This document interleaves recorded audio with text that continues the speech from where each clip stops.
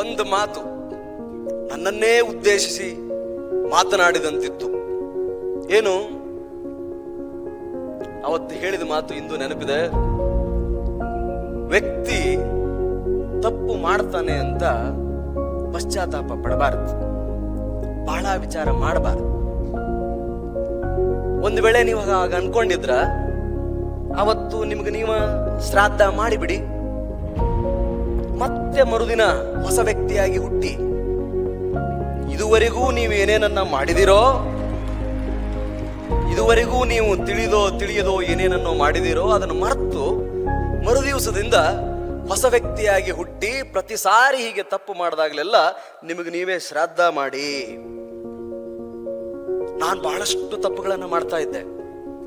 ಕೋಪ, ಮುಂಗೋಪ, ನನಗೂ ಎರಡೇ ಕೈ, ಎರಡೇ ಕಾಲು, ಎರಡೇ ಕಣ್ಣು, ಒಂದೇ ಮೂಗು, ಅದೇ ತಲೆ, ಅದೇ ಕಾಲೇಜಲ್ಲಿ ಓದ್ತಾ ಇದ್ದೀನಿ, ನಾನು ಯಾಕೆ ಹೀಗಿದ್ದೀನಿ, ಇವ್ರು ಯಾಕೆ ಹೀಗಿದ್ದಾರೆ ಅನ್ನೋ ಕೋಪ. ನಾನು ಊಟ ಮಾಡಬೇಕು ಅನ್ನೋದು ನನ್ನ ದೊಡ್ಡ ಹಂಬಲ. ಬಟ್ ಬಿಸಿ ಬಿಸಿ ರೊಟ್ಟಿ, ಬಿಸಿ ಬಿಸಿ ಅನ್ನ, ಒಂದು ಯಾವುದೋ ಒಂದು ಹೋಳಿಗೆ, ತುಪ್ಪ, ಮಜ್ಜಿಗೆ ಅಥವಾ ಇದು ಸಿಗ್ತಾನೆ ಇಲ್ವಲ್ಲ, ಇವ್ರಿಗೆ ಯಾಕಿದೆ? ಯಾರಾದ್ರೂ ನಾನು ಕೆಲಸ ಮಾಡೋ ಸ್ಥಳದಲ್ಲಿ ಬೈದ್ರೆ ಸಾಕು, ಹೊರಗಡೆ ಬಂದು ಕಾರ್ ಕೀಚ್ ಬಿಡ್ತಿದ್ದೆ, ಸೀಟ್ ಹರಿದು ಬಿಡ್ತಿದ್ದೆ.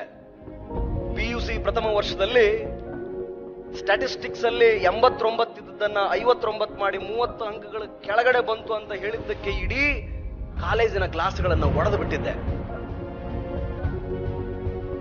ಕೋಪ, ಆವೇಶ, ನಾನು ಹೀಗೆ ಬದುಕಬೇಕು ಅನ್ನೋ ರೋಷ. ಗುರೂಜಿ ಅವತ್ತು ಹೇಳಿದ ತಕ್ಷಣವೇ ಆವತ್ತಿಂದ ನನಗೆ ನಾನೇ ಪ್ರಪ್ರಥಮವಾಗಿ ಅವತ್ತು ಶ್ರಾದ್ದ ಮಾಡ್ಕೊಂಡೆ. ರವಿ, ಇದುವರೆಗೂ ಅರಿಯದೋ ನೀನು ಮಾಡಿದ ಎಲ್ಲಾ ತಪ್ಪುಗಳ ವ್ಯಕ್ತಿಗೆ ಇವತ್ತು ನಾನು ಶ್ರಾದ್ದ ಪಿಂಡ ಇಡ್ತಾ ಇದ್ದೀನಿ. ನಾಳೆಯಿಂದ ನಾನು ಹೊಸ ಮನುಷ್ಯ.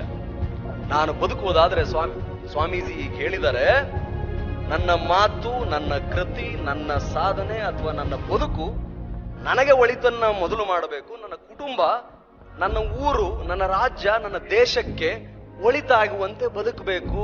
ಏನೂ ಕಲಿಯುವ ಅವಶ್ಯಕತೆ ಇಲ್ಲ, ಬಹಳ ಕಂಠಪಾಠ ಮಾಡೋ ಚಿಂತೆನೇ ಇಲ್ಲ ಅಂತ ಶ್ರೀ ನಡೆದಾಡೋ ದೇವ್ರು ಹೇಳೋರೆ. ನಾನು ಹಾಗೇ ಬದುಕ್ತೀನಿ ಅಂತ ಅನ್ಕಂಡೆ. ಇವತ್ತು ಬಿಜಾಪುರದಲ್ಲಿ ಅವರ ದಿವ್ಯ ಸಾನ್ನಿಧ್ಯದಲ್ಲಿ ಹೆಸರು ಕೇಳಿದ ತಕ್ಷಣನೇ, ಹೀಗೆ ನಡೀತಾ ಇದೆ ಅಂದ ತಕ್ಷಣನೇ ಅಯ್ಯಯ್ಯೋ ಖಂಡಿತ ಬರುವೆ. ಒಂದು ಮಾತಿನಿಂದ ನಾನು ನನ್ನ ಬದುಕನ್ನ ಬದಲಾಯಿಸ್ಕೊಂಡಿದ್ದೀನಿ. ಇವತ್ತಿಗೂ ಆವಾಗ ತಪ್ಪು ಮಾಡಿದಾಗ ನನಗೆ ನಾನೇ ಶ್ರಾದ್ದ ಮಾಡ್ಕೊಳ್ತಿದ್ದೇನೆ. ಗುರುಜಿ ಹೇಳವ್ರೆ, ಇನ್ನುಳಿದ ನಿಮ್ಮ ಬದುಕಿನಲ್ಲಿ ಇನ್ ಮುಂದಿರ್ತಕ್ಕಂಥ ದಿನವೇ ಮೊದಲ ದಿನ ಅಂತ ಬದುಕಿ. If you have committed mistake, ಅಗರ್ ತುಮ್ನೆ ಗಲ್ತಿ ಸೆ ಭಿ ಅಗರ್ ಕುಚ್ ಗಲ್ತಿ ಕಿಯಾ ಹೋ ತೋ ಭೂಲ್ ಜಾओ ಉನ್ ಸಬ್ ಬಾತೋं ಕೋ. ಆ ಎಲ್ಲಾ ಮಾತುಗಳನ್ನ ಮರ್ತು ಬಿಡಿ. ಇನ್ನುಳಿದ ನಿಮ್ಮ ಬದುಕಿನಲ್ಲಿ ಇದು ಮೊದಲನೇ ದಿನ ಅಂತ ಬದುಕಿ ಅಂತ ಹೇಳಿದ್ರು. ಆ ಪ್ರವಚನದ ದಿನ ನನ್ನ 16-17ನೇ ವಯಸ್ಸಿನ ಅಥವಾ ಈ 33 ವರ್ಷದ 17 ವರ್ಷದ ಅವಧಿಯ ಮೊದಲನೇ ನನ್ನ ಜೀವನದ ದಿನ ಆಯ್ತು. ಆವತ್ತಿಂದ ಹೊಸ ಬದುಕನ್ನ ಆರಂಭ ಮಾಡಿದೆ.